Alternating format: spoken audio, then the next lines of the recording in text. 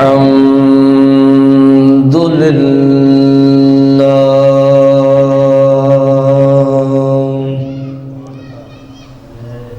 الحمد لله رب العالمين والعاقبة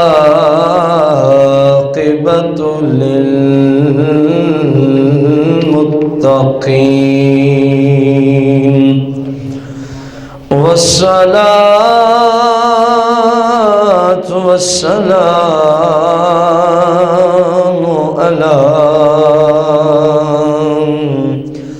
على سيد الأنبياء والمرسلين وعلى آله وأصحابه وأزواجه وعلماء أهل السنة أجمعين أما بعد فأعوذ بالله من الشيطان الرجيم بسم الله الرحمن الرحيم قال الله تبارك وتعالى في القرآن المجيد والفرقان الحميد في شان حبيبه عليه الصلاة والتسليم إن الله وملائكته يصلون على النبي يا أيها الذين آمنوا صلوا عليه وسلموا تسليما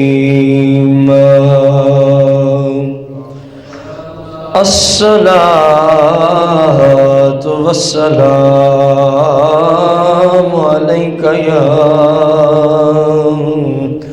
يا سيدي يا رسول الله الصلاة والسلام عليك يا سيدي يا أول ويا آخر ويا ظاهر ويا باطن الصلاة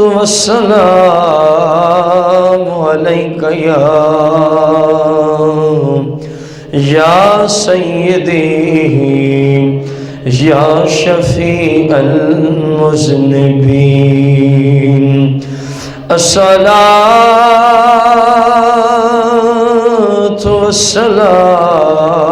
والسلام عليك يا سيدي يا قاسم لكل شيء للعالمين الصلاة والسلام عليك يا سيدي يا مختار للعالمين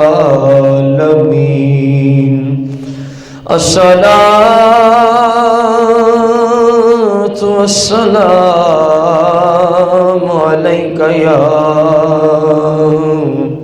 يا سيدي يا نور من نور الله الصلاة والسلام عليك يا سيدي يا عالم ما كان وما يكون الصلاة والسلام عليك يا سيدي يا رحمة للعالمين الصلاة والسلام عليك يا سيدي يا جد الحسن والحسين مولاي صل وسلم دائما أبدا على حبيبك خير الخلق كلهم.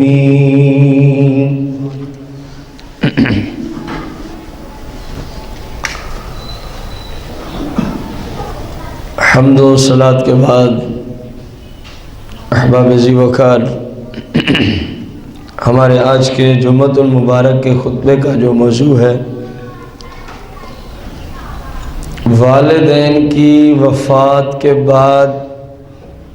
والدین کے 12 حقوق از روئے احادیث مبارکہ. پھر سماعت فرما لیں، ہمارے آج کے جمعۃ المبارک کے خطبے کا جو موضوع ہے والدین کے 12 حقوق بعد از وفات، ان کے فوت ہو جانے کے بعد، انتقال کر جانے کے بعد، دنیا فانی کو چھوڑ جانے کے بعد جو اولاد کے ذمہ حقوق ہیں، ہم اپنے علم کے اعتبار سے بات کر رہے ہیں، وہ 12 ہیں اور ان کا جو ثبوت ہے وہ احادیث مبارکہ سے ہے. اور اس ضمن میں ہماری آج یہ پہلی قسط ہوگی. اس قسط کے اندر ہم فقط ان حقوق کا ذکر کریں گے جو 12 حقوق والدین کی وفات کے بعد ان کے اولاد کے ذمے باقی ہوتے ہیں. ان پر دلائل انشاءاللہ احادیث کی روشنی میں قسط نمبر 2 اور قسط نمبر 3 کے اندر ہم ذکر کریں گے انشاءاللہ الرحمن. جب کسی مسلمان کے والدین کا انتقال ہو جائے یا والد صاحب یا اکیلی والدہ صاحبہ کا، شرط یہ ہے کہ جو مرنے والے ہیں وہ بھی مسلمان ہوں اور جو پیچھے اولاد ہے وہ بھی مسلمان ہوں، کیونکہ یہ سارے حقوق جو ہیں یہ اصال ثواب پہ ہی دلالت کرتے ہیں. تو یہ اصال ثواب صرف مسلمانوں کے لیے جائز ہوتا ہے. کوئی کافر، کوئی بت پرست، کوئی مشرک مر جائے تو اس بے ایمان کے لیے اسلام کی روشنی میں اصال ثواب جائز نہیں ہوتا، جیسا کہ آپ پیچھے کئی قسطوں میں اسی مسئلے کو قرآن و سنت کی روشنی میں سماعت فرما چکے ہیں. مسلمان والدین کا انتقال ہو، پیچھے اولاد بھی مسلمان ہو، تو مرنے کے بعد والدین کا اولاد پر 12 حقوق میں سے جو پہلا حق ہے وہ یہ ہے کہ اپنے والدین کے جنازے کی تجہیز، جنازے کی تیاری، غسل، کفن، نماز جنازہ اور دفن ہے. جب بھی کسی شخص کے والدین کا انتقال ہو یا ان میں سے کسی ایک کا، تو 12 حقوق میں سے پہلا حق اولاد کے ذمہ ہے کہ اس کے جنازے کا، اس کی قبر کا، اس کے کفن کا، اس کے غسل کا اہتمام کریں. یہ اولاد پر حق ہے. کن پر حق ہے؟ اولاد پر حق ہے. اور اس طرح ان کاموں کو ادا کریں، ان حقوق کو اس طرح ادا کریں کہ شریعت کے مطابق سارا کام ہونا چاہیے. یعنی غسل دینے میں جو شریعت کی رہنمائی ہے اس کے مطابق غسل دے، کفن دینے میں جو شریعت کی رہنمائی ہے اس کے مطابق کفن دے. اسی طرح نماز جنازہ کے متعلقہ جو شریعت کی رہنمائی آئی ہے اس کے مطابق ان کی نماز جنازہ ادا کی جائے، دفن اور ان کی قبر کا معاملہ جو شریعت کے مطابق آیا اس کے مطابق دفن کیا جائے، یہ ان کا پہلا حق ہے جب وہ دنیا سے چلے جائیں، جب وہ دنیا سے چلے جائیں۔ جبکہ دوسرا حق ان کے لیے، جب تک اولاد زندہ رہے، جب تک اولاد ہمیشہ اپنے والدین کے لیے دعائے بخشش اور استغفار کی دعا کرتا ہی رہے، ہمیشہ کرتا رہے، یہ دوسرا حق ہے۔ اور یہ ایک ایسا حق ہے کہ اگر کسی مسلمان کو یہ پسند ہو، اگر کہ اللہ تعالیٰ میری روزی میں برکت دے اور اللہ تعالیٰ میری عمر میں برکت دے، یعنی مجھے رزق بھی زیادہ دے، میری عمر بھی لمبی ہو،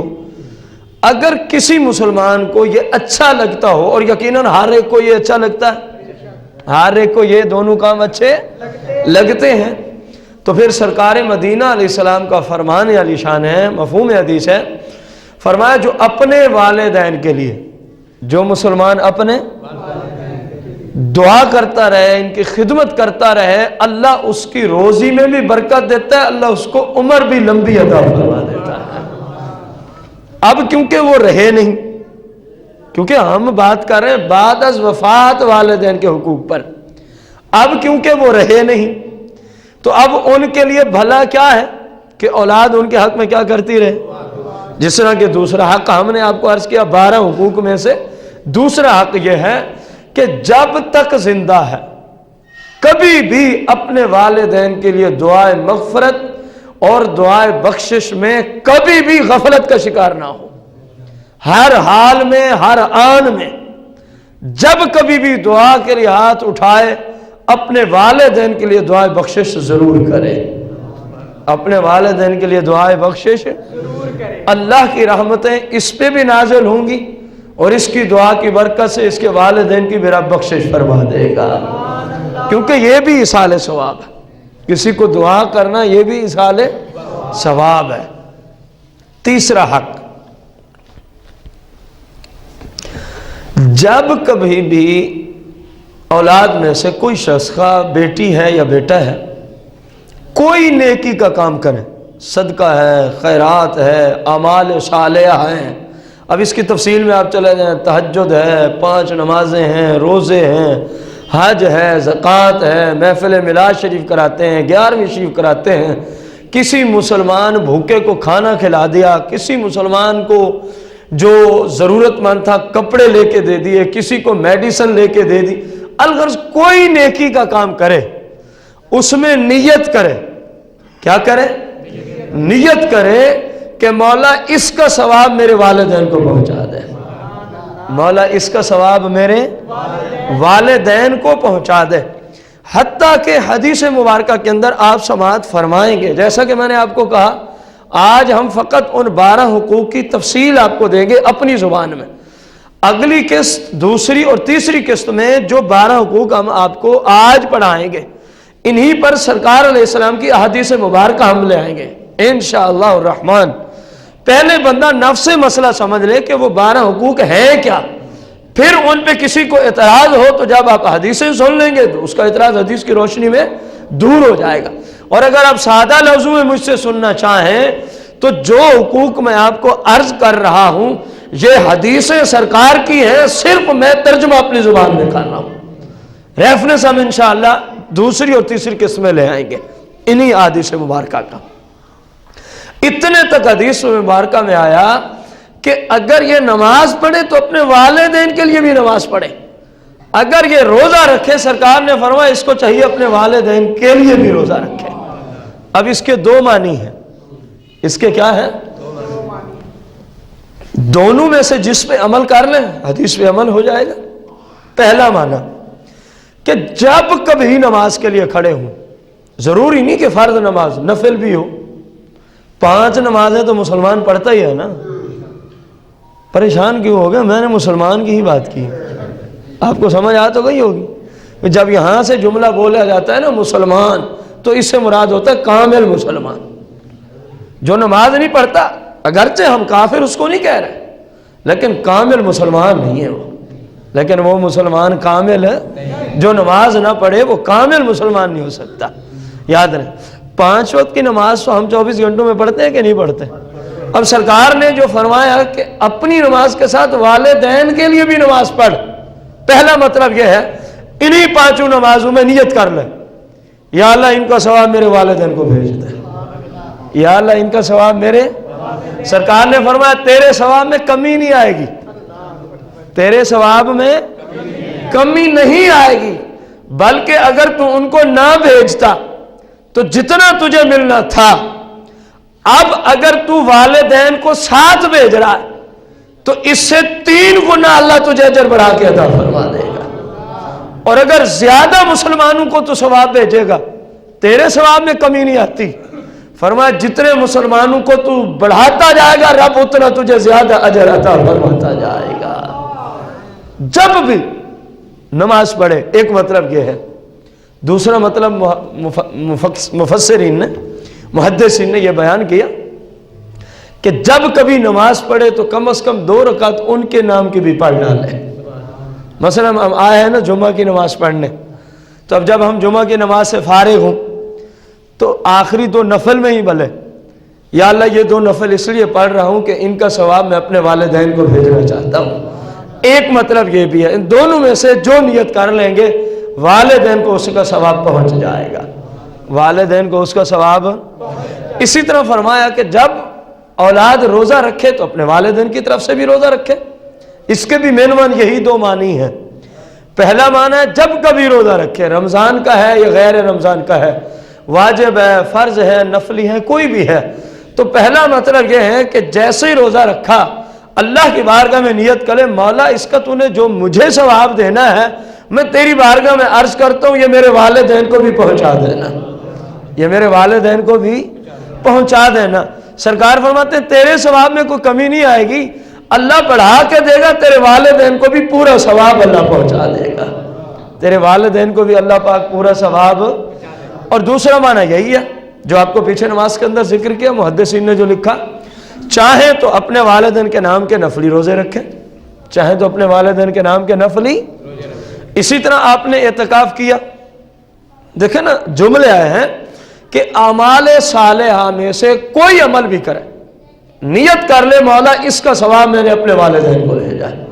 اس کا ثواب میں نے اپنے، بس نیت کرتے ہی اس کا اجر پہنچ جاتا ہے، اس کا اجر۔ اگر کسی کا یہ ذہن ہو کہ ابھی تک تو ہاتھ نہیں اٹھائے، ابھی تک وہ مروجہ جو ہم دعا کرتے ہیں وہ نہیں کی، اس طرح کیسے پہنچے گا، تو وہ لا علم ہے، وہ شخص کیا ہے؟ دعا کرنا اگرچہ بڑی فضیلت کا متحمل ہے، بہت بڑی فضیلت ہے، بہت ہی بڑی فضیلت ہے، خصوصاً جب اجتماعی دعا ہو جائے، لیکن اس کا یہ معنی کم از کم اہل سنت کے نزدیک نہیں ہے کہ اگر دعا نہ کرے تو سارے ثواب ہی نہیں پہنچتا، ایسی کوئی بات نہیں ہے، ایسی کوئی بات ہے، کوئی نیکی کریں، ارادہ کر لیں، اللہ اس کا ثواب آپ کے والدین کو بھیج دیتا ہے۔ 12 حقوق میں سے 12 حقوق میں سے چوتھا حق والدین کی وفات کے بعد جو اولاد پہ ہوتا ہے وہ یہ ہے کہ غور کرے کہ والدین پر کوئی قرض تو نہیں ہے، والدین پر کوئی، ہم بعد از وفات والدین 12 حقوق کی تفصیل کی موضوع پر بیٹھے ہیں، ہم وراثت تقسیم کرنے والے موضوع اور قرض والے مسئلے پہ نہیں بیٹھے۔ یہ عرض کر دوں کہ بعض اب ممکن ہے اس طرف سے اس طرف نکل جائیں، وہ تو جی پہلے ضروری تھا، بھائی وہ وراثت کے تقسیم کے لیے مسئلہ ہے، یہ مسئلہ ہے ایسا قرض جو وراثت سے ادا نہیں ہو سکتا، جس کو وراثت سے ہم ادا، کیونکہ جو وہاں سے ادا ہوتا ہے وہ تو ہر حال میں کرنا فرض ہے، حال حال میں کرنا،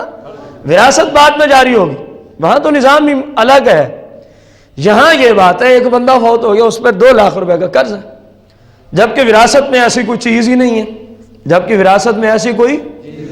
اب اس کی اولاد پر 12 حقوق میں سے چوتھا حق یہ ہے کہ اپنے والدین کا قرض